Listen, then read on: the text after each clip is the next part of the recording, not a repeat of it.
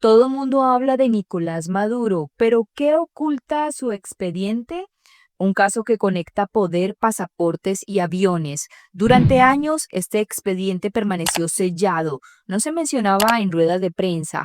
Hoy, ese expediente ya no es un secreto, tiene nombres, tiene cargos, no aparecía en discursos políticos. ¿Qué revelan realmente entre los puntos más importantes el 19, 20 y 21 de ese expediente? No se trata de un señalamiento mediático, es una acusación penal presentada ante la Corte del Distrito Sur de Nueva York, una jurisdicción especializada en narcotráfico internacional, terrorismo y crimen organizado. Lo que describe ese documento va mucho más allá de una relación indirecta con el narcotráfico. La Fiscalía sostiene que el poder político en Venezuela fue utilizado durante años como parte activa de una estructura criminal transnacional. La Fiscalía no habla de hechos aislados, sino de una conspiración sostenida en el tiempo, que se habría extendido desde finales de los años 90 hasta la última década. En ese marco, Maduro no aparece como una figura lejana o accidental, aparece según el expediente como un actor central de la toma de decisiones. Los delitos: narcotráfico, armas y terrorismo. Documento judicial imputa varios delitos graves: conspiración de narcoterrorismo, conspiración para importar cocaína a Estados Unidos, conspiración para poseer y utilizar armas de guerra, incluidas ametralladoras y dispositivos destructivos. No se trata únicamente de Nicolás Maduro. El documento hace referencia a figuras del entorno político, militar y familiar del poder en Venezuela.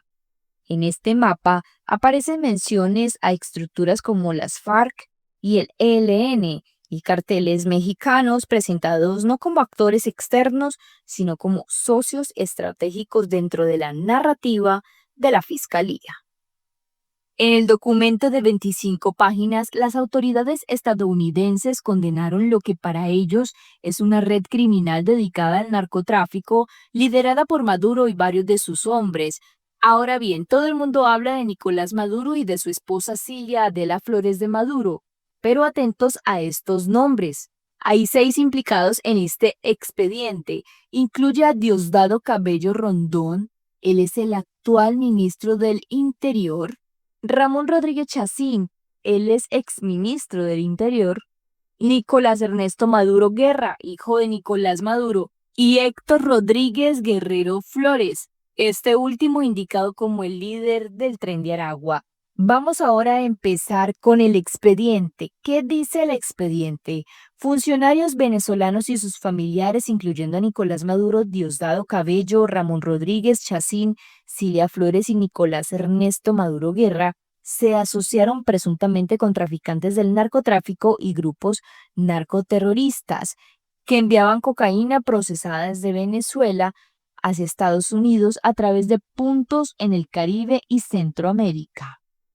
Y los países que nombraban específicamente son Honduras, Guatemala y México. En este análisis exclusivo para tu barco y justo ese punto de las rutas lo hablamos con el ex oficial de inteligencia naval de los Estados Unidos, Jesús Romero. Punto 19 de esta acusación de la Corte habla sobre corrupción en países de tránsito y habla mucho de Honduras. ¿Por qué Honduras aparece recurrentemente cuando se habla de rutas aéreas y de transbordo de cocaína? Inclusive lo habíamos hablado hace un mes, yo estuve en Roatán por recomendación de usted y pudimos establecer que en Honduras todo el mundo sabía que ese era el tránsito. Sí es, Honduras, mira, Honduras ha jugado un papel clave estratégico por parte de lo que es la logística del narcotráfico partiendo de Sudamérica hacia los Estados Unidos. Simplemente es, es de un punto estratégico logístico por el alcance de los aviones, la logística, el combustible. Los narcotraficantes sabían de que Honduras era perfectamente un portaavión para el narcotráfico y explotaron las vulnerabilidades como lo que eran Gracias a Dios y la Costa Mezquita para poder llevar esos grandes cargamentos. Honduras ha jugado un papel fundamental en 3 o 4 diferentes ocasiones en los últimos 20, 25 años más o menos. Y de aquí se presta el estamento del gobierno, miembros del gobierno que prestaron su apoyo para dejar que estas aeronaves o estos cargamentos marítimos entraran por Honduras.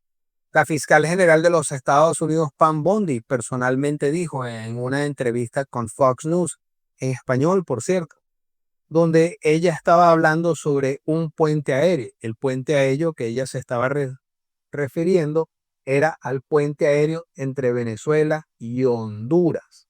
En ese mismo punto se habla entonces presuntamente que Maduro, Cabello, Rodríguez Chacín y otros miembros corruptos del régimen facilitaron el fortalecimiento y crecimiento de organizaciones narcoterroristas violentas, alimentando sus estructuras con las ganancias del tráfico de la cocaína. Mencionan directamente a organizaciones que controlan la producción de cocaína en zonas montañosas de Colombia y al cartel de Sinaloa y los Zetas en México. La información del expediente también revela que en 2006 y 2008, mientras se desempeñaba como ministro de Relaciones Exteriores, Maduro vendió pasaportes diplomáticos venezolanos a individuos que sabían que eran narcotraficantes con el fin de ayudar a esos traficantes que buscaban mover drogas y también mover las ganancias del narcotráfico desde México hacia Venezuela bajo cobertura diplomática. Un pasaporte diplomático no es un documento cualquiera, es una llave que abre fronteras, reduce controles y otorga protección internacional. Según el expediente, estos pasaportes no fueron entregados por error ni por desconocimiento, fueron entregados por pleno conocimiento de quién los recibía y para qué serían utilizados. Ese solo punto de ser probado conecta directamente la función diplomática con la logística criminal. Otro de los puntos importantes, la Fiscalía describe el uso de aviones privados que operaban bajo cobertura diplomática para mover dinero del narcotráfico desde México hacia Venezuela. El mecanismo, según la acusación, funcionaba así. Se notificaba a la embajada venezolana que llegaría una misión diplomática. Ese aviso activaba un escudo institucional. El avión no era sometido a controles ordinarios. El dinero viajaba protegido por la investidura del Estado. Este punto es clave porque no habla de solo corrupción, sino de institucionalización del delito. Entonces Maduro facilitaba presuntamente el movimiento de aviones privados bajo cobertura diplomática para garantizar que los vuelos no recibieran ningún tipo de escrutinio por parte de las fuerzas del orden o del ejército. Igualmente también mencionan que en ocasiones Maduro habría llamado a la Embajada de Venezuela en México para avisar que una misión diplomática llegaría en un avión privado. También hablan de que en el año 2007 presuntamente Cilia Flores asistió a una reunión en la que aceptó cientos de miles de dólares en sobornos para organizar un encuentro entre un importante narcotraficante y el director de la Oficina Nacional Antidrogas de Venezuela. El nivel de detalle que tiene el expediente habla de Diosdado Cabello, en ese entonces director de la Agencia de Inteligencia Militar, Hugo Armando Carvajal Barrios, quien en 2025, en junio del año pasado, se declaró culpable por delitos en narcoterrorismo, y el capitán de la Guardia Nacional, Basili Villarreal Ramírez. Trabajaron con otros del régimen para coordinar ese envío. Igualmente dice que las más de 5.5 toneladas de cocaína fueron transportadas en aproximadamente 5 camionetas hasta el hangar reservado para el presidente venezolano en el Aeropuerto Internacional Simón Bolívar en Maiquetía. Habla en el punto 20 que menciona alianzas con organizaciones armadas porque estas estructuras necesitan grupos armados además de funcionarios corruptos. Coincide mucho con lo que usted había advertido. Es que es exactamente lo que sucedió.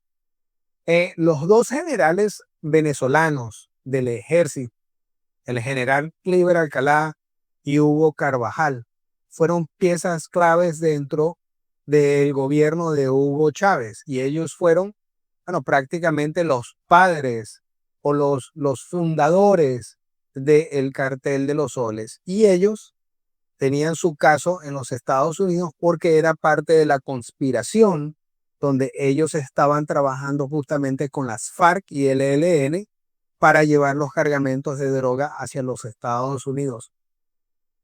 Estos dos señores, estos dos generales, están prestando condena, están sirviendo su condena aquí en los Estados Unidos luego de haber pasado por su caso judicializado por el Distrito Sur de Nueva York. Ellos dijeron que ellos eran parte de esa organización. Para seguir estos puntos del expediente, hay que hablar de Ramón Rodríguez Chacín, el exministro del Interior.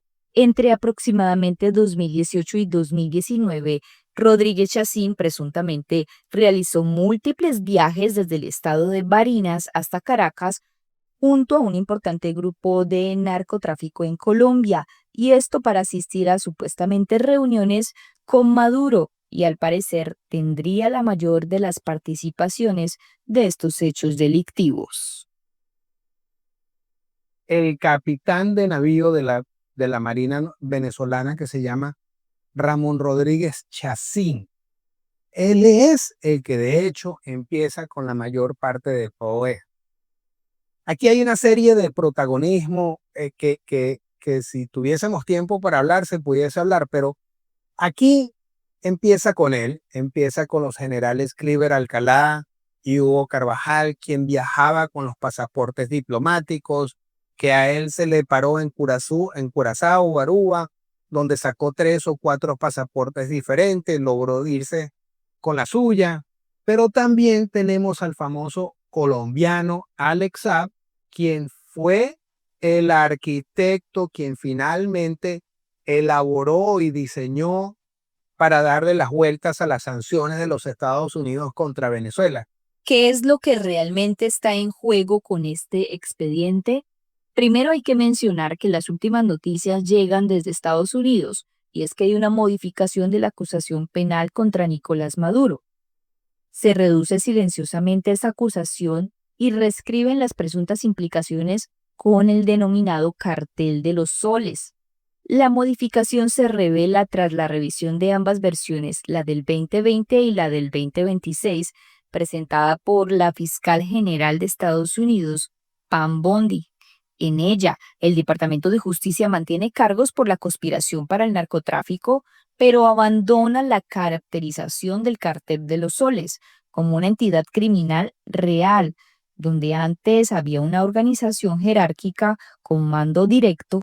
Ahora solamente hay un lenguaje más difuso, un sistema de patrocinio, cultura de corrupción y uso del aparato estatal como facilitador indirecto del tráfico de drogas. En la acusación original, presentada por fiscales federales en Nueva York, el término Cartel de los Soles aparecía al menos 32 veces. En la versión revisada, solo 2, sin atribución de liderazgo ni estructura. La diferencia es sustantiva: pasar de liderar una empresa criminal continua a participar en una conspiración genérica modificaría el estándar probatorio, la narrativa ante un jurado y eventualmente la viabilidad del caso. Nicolás Maduro compareció el pasado lunes 5 de enero por primera vez ante la justicia de Estados Unidos, luego de haber sido capturado en Caracas y trasladado posteriormente al territorio estadounidense junto a su esposa Cilia Flores. Los acusados proclamaron su inocencia y acusaron al gobierno de Estados Unidos de secuestrarlos en su hogar. Tras esa audiencia, la defensa informó que no se solicitará por ahora la libertad bajo fianza, aunque no se descartó hacerlo en una nueva etapa posterior. Y la próxima diligencia fijada está para el 17 de marzo de 2026 y marcaría el inicio formal del proceso judicial. Hasta ese entonces, Maduro y Flores van a permanecer en el Metropolitan Detention Center de Brooklyn hasta que el Tribunal Federal los vuelva a requerir para definir su destino.